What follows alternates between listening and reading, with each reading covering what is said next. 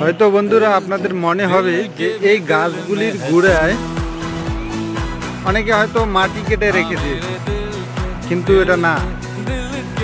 আমি আপনাদেরকে দেখাচ্ছি। এই যে বন্ধুরা দেখুন, দেখলে মনে হবে যে প্রতিটা গাছের গোড়ায় যেন কেউ মাটি কেটে দিয়েছে, কিন্তু অ্যাকচুয়ালি তা না।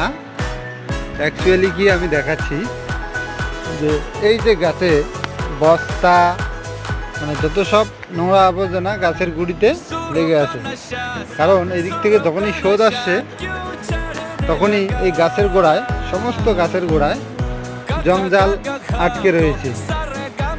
দেখতেই পাচ্ছেন আপনারা, এই যে সব গাছের গোড়ায় জঞ্জাল আটকে রয়েছে। দিক থেকে দেখবেন সব গাছের গুঁড়িতে জঞ্জাল আটকে রয়েছে। মানে কি এই স্রোতের ধারে যে সমস্ত